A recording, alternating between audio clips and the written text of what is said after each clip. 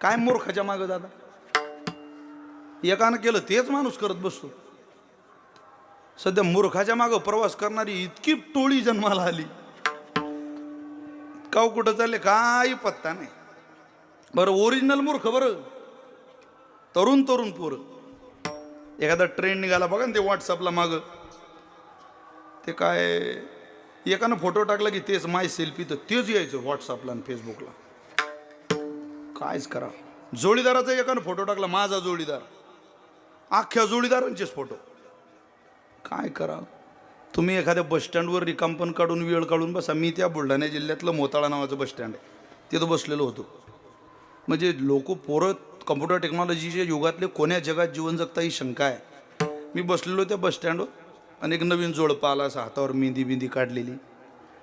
हो, मी त्यांना पाहिलं, म्हटलं हे नवीन आहे, आपण आता जुने झालो, तेले जागा दिली पाहिजे.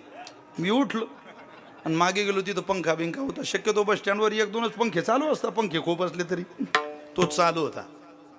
मी उठलो मागच्या लाईनमध्ये बसलो. असे समोर समोर होते ते 2-4 ते आले, 2 जण बसले आणि ते झाल्या ना त्यांच्या गप्पा चालू. ती मुलगी म्हणे, तुम्हाला माझ्या डोळ्यात काय दिसतं? हा म्हणे, तुझ्या डोळ्यात मला सारं जग दिसून राहिलं.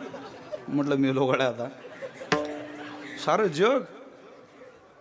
हां खरंच सांगा, तुम्हाला माझ्या डोळ्यात काय दिसतं? हो म्हणे, मला तुझ्या डोळ्यात सारं जग दिसतं.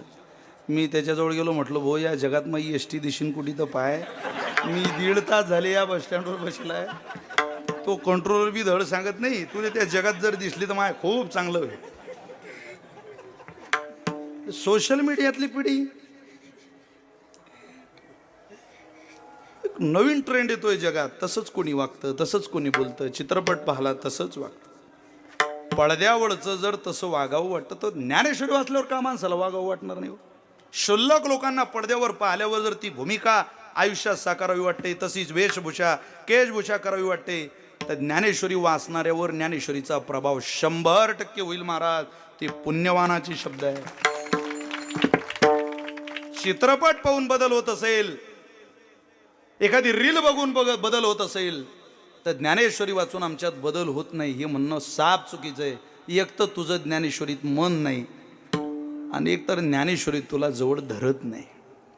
आपण लाख ज्ञानेश्वरी वाचू पण ज्ञानोबारांनी जवळ धरलं पाहिजे ना. मी काय